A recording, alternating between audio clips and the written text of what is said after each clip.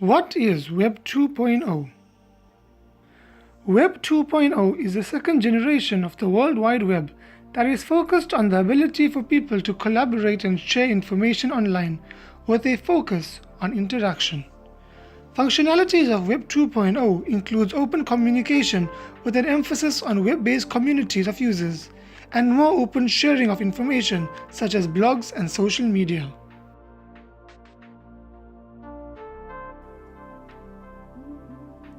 Web 2.0 applications are an integral part of the world as we know it. But why do we need to use these applications to facilitate learning? Before 2001, the internet was simply a means of storing and sending static information, without the user being able to comment or provide feedback. Being a student meant that we passively consumed information, and educational systems thrived on this pedagogy. Therefore, Web 1.0 tools were ideal for passive learning. But as the sun set on Web 1.0, a new dawn of interactive and participative learning has arrived. Educators must now find a way to integrate these Web 2.0 tools into their pedagogy. An activated classroom is the best way to facilitate learning as it engages with students. Web 2.0 tools should not be used to cultivate passive consumption 2.0.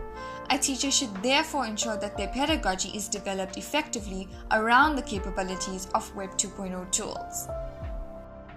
E-learning platforms. Learning by doing.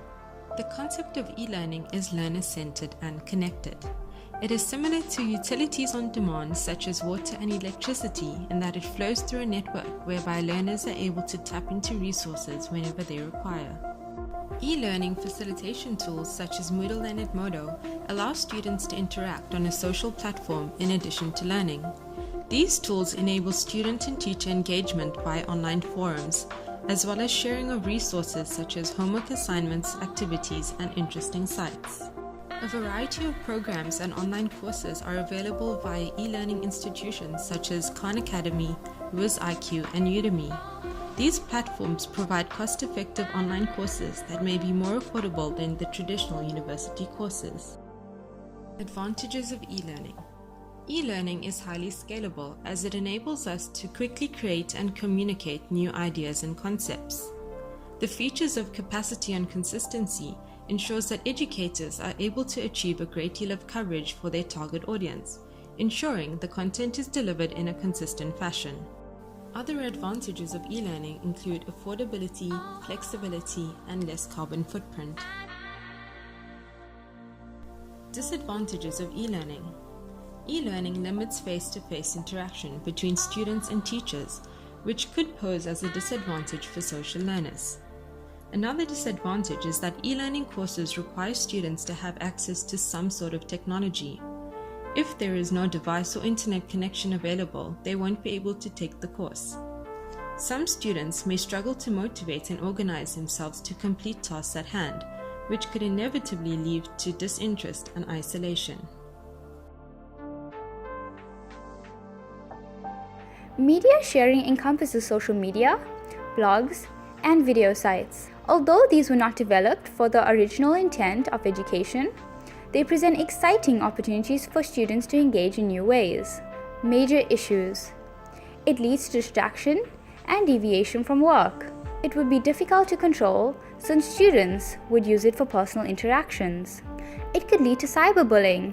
Students would be unable to concentrate. It impacts students' ability to converse with people face-to-face.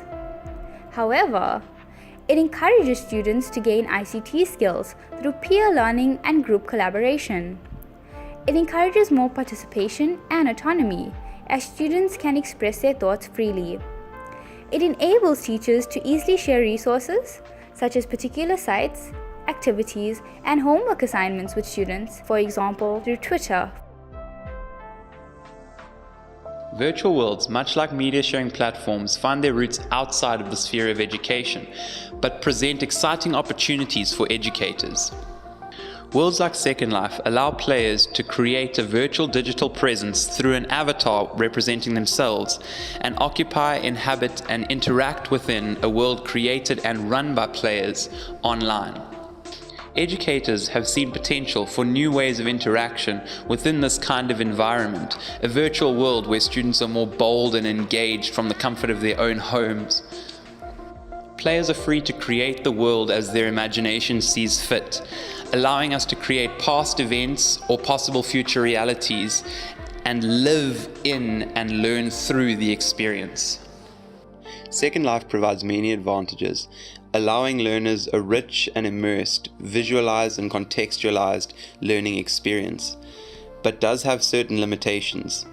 The technical nature of the environment, the fluidity of identity and the lack of accountability for actions, the difficulty in creating culture within a community, as well as major time and economic barriers, as utilizing it effectively can require resource investment of both time and monetary resources. In conclusion, there are many important and useful technologies available through Web 2.0, but finding the most effective way to use them proves quite challenging. Web 2.0 creates great opportunities for interactive learning, but with so many resources and tools, we need to learn how to use the tools effectively, which will maximize our learning capabilities. The future looks bright for Web 2.0 and education.